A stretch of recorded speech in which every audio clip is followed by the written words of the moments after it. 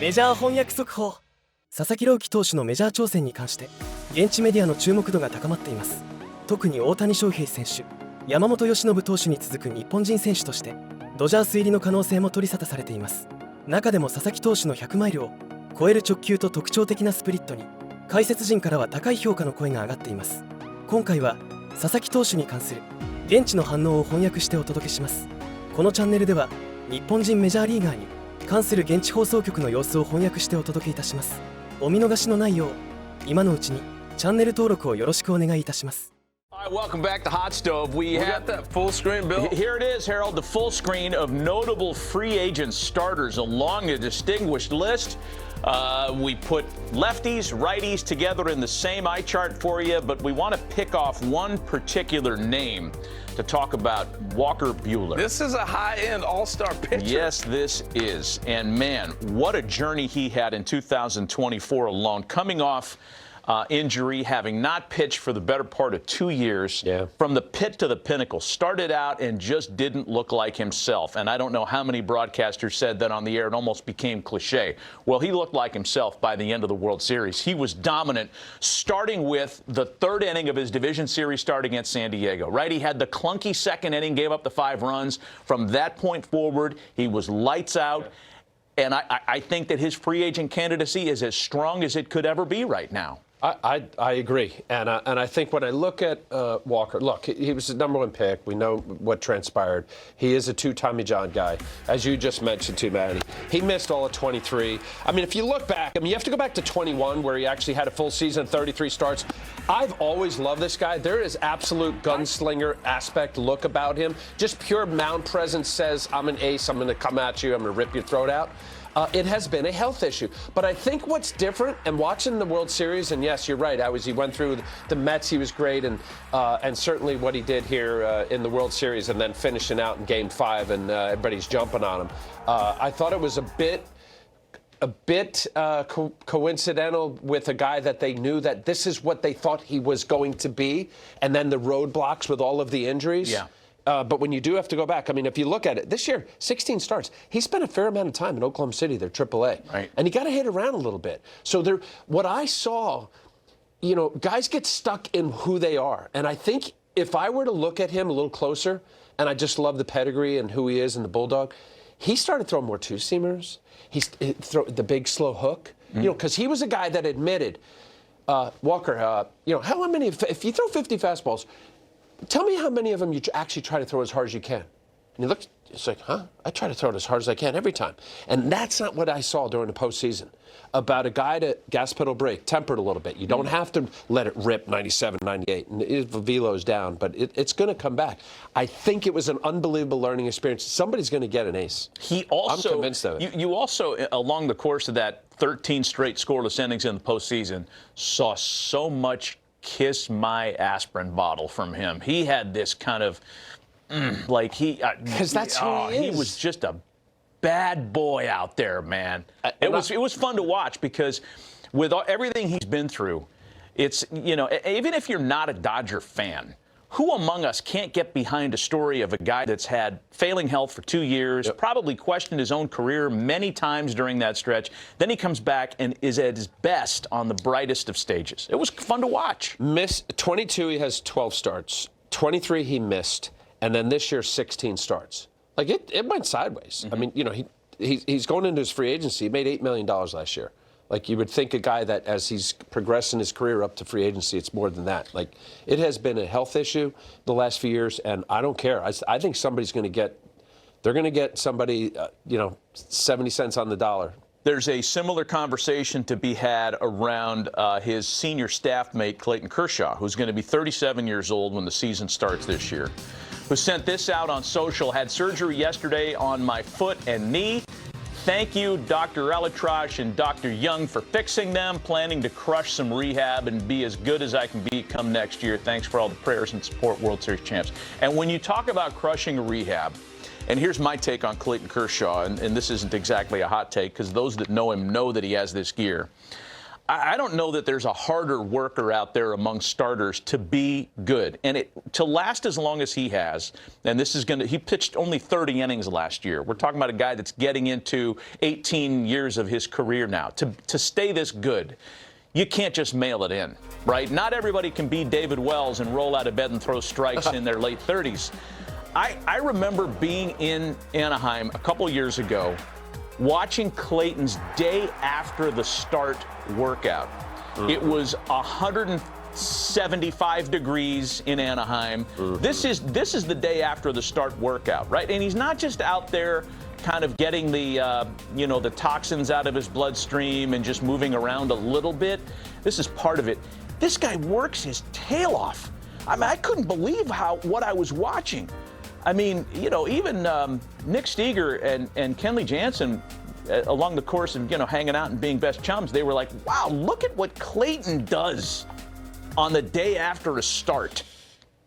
Yeah. I mean, I know, like, I'm a layman, and I look at that, and my jaw drops. You did this for 20 years, so you did something similar. But for those of us that are just fans, you're like, I get it. I get why that guy's good. Yeah. He's talented, he's gifted, and he works his tail off. Yeah, I get it. When you get to the level, and there's very few, but he will be mentioned.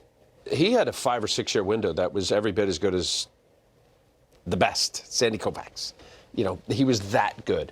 So when you look at that, or as you showed his workout routine and all that, that's what you do. That's what you have to do. And what Clayton has done as you get older, and yes, he's had some injuries and arm stuff and body stuff. You've got to figure out, how do I make it work? And Side coming on with that big old fastball, curveball, and won all those Cy Youngs, and then slider, and then started throwing cutters and changeups, and he's evolved. But it comes down to this full screen right here, Matty. It's a health issue. How many innings can we get? How many starts can we get? Going back, if you go back, you got to go back to 16, really, when he was, Cy Young. But even if we go back to that, you would take, if you're the Dodgers, you would take the productivity that you got from him in 21, 22, and 23. I'll say, granted, it's 130 innings or fewer. So what? Because it's a dominant 130 All right, what's innings. It worth? Then that's where I am. This guy is a highway to being one of the greatest pitchers ever. He will have, I imagine they'll put some sort of, some beyond the plaque out at Dodger Stadium. Certainly he's going to have his number there. But what's that worth? What do you pay that guy? That's a good question. When you're the Dodgers, does it really matter? Because you could pay Clayton whatever you want, and you're going to make it back in the interest that you're making on the Ohtani contract. I mean, we don't have the ability. Dollars. We can't understand their financials. How about all the marketing dollars coming back from Japan? Not on. I do know this, too, that when you're an older player, and our analysts here at MLB Network know this better than anybody, you have to stay on some... That is a new show, gentlemen. It is about bioinfo. 20 minutes left in the show. You did not think you were going to mail it in, right? This is a game we like to call Free Agent Face-Off. Put your GM cap on. Okay. I'm going to give you 2 names, and you decide who you want. Are you ready? By the way, Matt just said I look like a downhill skier. Do I? I thought I kind of looked like a rock. It's the channeling. Yeah, I like it. It's good. It's good. Between Blake Snell, over his last 14 starts of the season, a 1-2-3, and Max Fried, 29 starts in 2024, 11 wins, and a 3.25. Pick your poison, Matthew Edward. What do you got? This is like the race car that occasionally gets a little wide of the turns versus the pace car that's always predictable. Whoa, did you just think of that? Oh, I did. That's nice. Very smart. This is something I whipped up. I'll take Blake Snell. Nothing against Max Fried. I love him, but I think Blake Snell just gets undervalued. Just the discussion around, he used to walk dudes. His peak is higher than anybody else's peak in the sport. Yes. I want that. I want that. I'm with you. I know we didn't talk about it. Max Fried, you said it perfectly. He did have a forearm issue earlier in the year. I don't know what that looks like with respect to how many years, but God, Blake Snell. Like, just watching him, you say that's what the ace looks like. That's what the Cy Young Award looks like. I don't know what the amount of years or whatever, but I'd take Blake. A man after Al's own heart. Mark Sales, our great researcher today, put this together for you, Al. This is your age 30 season comparison. So this is Al Leiter, 1996 as a Marlin versus Blake Snell. So not a lot of hits. There was a walk in both of your games. This was Snell's Cy Young Award year with the San Diego Padres. But anybody would take those two guys anytime. Look at that. I didn't know. All right. Put it on your screensaver. That's cool. 30 years old. That. But I never won a Cy. What happened? Snell's 32, by the way, on opening day. Max Fried, 31. Nathan Eovaldi and Yusei Kikuchi. Eovaldi, one of the great big game pitchers in sport. We know that. And Kikuchi, 10 starts with the Astros, a 2.70. He was fantastic down the stretch. Al, you're up first. Kikuchi was, but I'm going to tell you right now, without question, Lauren, Nathan Eovaldi is more than just a guy that pitches front end, can pitch like an ace. He'll settle in one or two, but he's awesome in the clubhouse. He's helpful toward everybody. He's one of those starting pitchers that does it when he's not starting. He's down in the bullpen watching side days. He's looking at video of other pitchers. You're getting a guy that cares so much about everybody in the locker room. I want him on my team. What he said. What he said. Pitchers done. Position players up next. Gleyber Torres versus Ha-Seong Kim. Gleyber Torres, when he was moved to the leadoff spot full-time through the postseason, hit almost 300. So from August 16th on, and Ha-Seong Kim had that shoulder injury, right? So he didn't play after August 18th. The defense is there. All right. So are we looking power or what do you want? I like Gleyber, but I get he's streakier than I'd like, and I know the injury with Kim has brought that average down. Dude, look at the defensive comparison here and on outs above average. Yeah. I mean, Ha-Seong Kim is really good. Look at the bags, and the OPS is similar. Wow. Yeah. No, I was leaning toward Kim, but now I didn't even see this full screen. I would like to have Kim on my roster. I don't think Kim gets enough play. I know that Bob Melvin glowed about him in San Diego, and I think the Padres loved him too. I think, he doesn't get enough play. I think Kim's my guy on that one too. I think you're right. Jerks and Profar versus Teoscar Hernandez. I leave you with this. Jerks and Profar all career highs. Average, on base, slug, home runs, RBI, if you're into that sort of thing. And Teoscar just awesome with the Dodgers on a 1-year deal. Who you want? Man, this is a good one. It really is. I think Jerks and Profar, what he's done in San Diego, resurrected his career. But Teoscar, I mean, he does have light tower power. Is there something to the lineup that they're in? Yes. If you don't have to be the guy, you thrive. What do you think? I think there's something there, Lauren. I do. I lean toward the power on this one, although I really like what Profar has done, but I think I would trust Hernandez a little bit more. This is tough. Yeah. I mean, this is really a difficult one. I think it stinks. It does stink, Harold, to have to pick one of those two. That's a good point.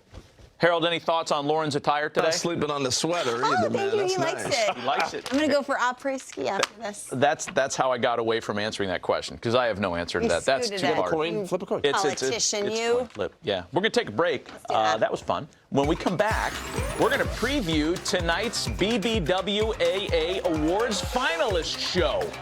And we'll learn the groups of 3 for things like Cy Young, MVP, Manager of the Year. That's all coming up next on the Monday Hot Stove.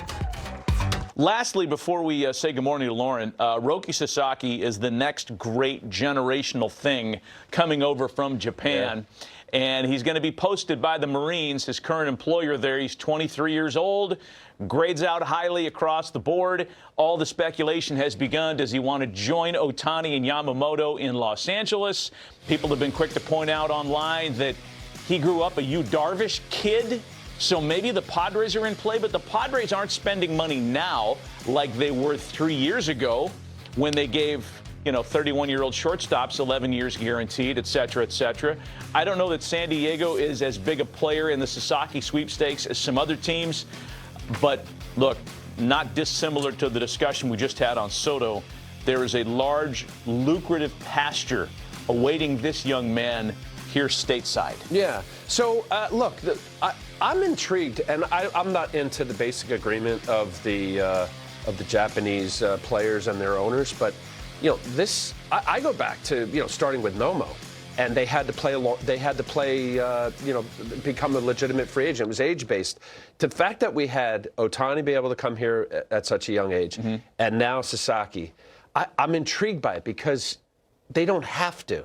So there was a respect factor to this by allowing him. So therefore, every team should be in on this guy. It's no different than signing an international player, or think of him as a draft player, because it's not going to cost you that much, and his salary is actually going to be there could be a legitimate sleeper team involved here. Oh, absolutely. You think? Okay. Yeah. I mean, look, the Angels were something of a sleeper team when they landed Ohtani 7 years ago. We all thought he was going to the Twins.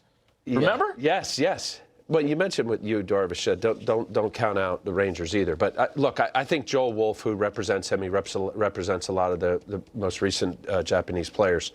He's gonna take the full breadth of the landscape, right? Mm-hmm. And I don't know where Sasaki is.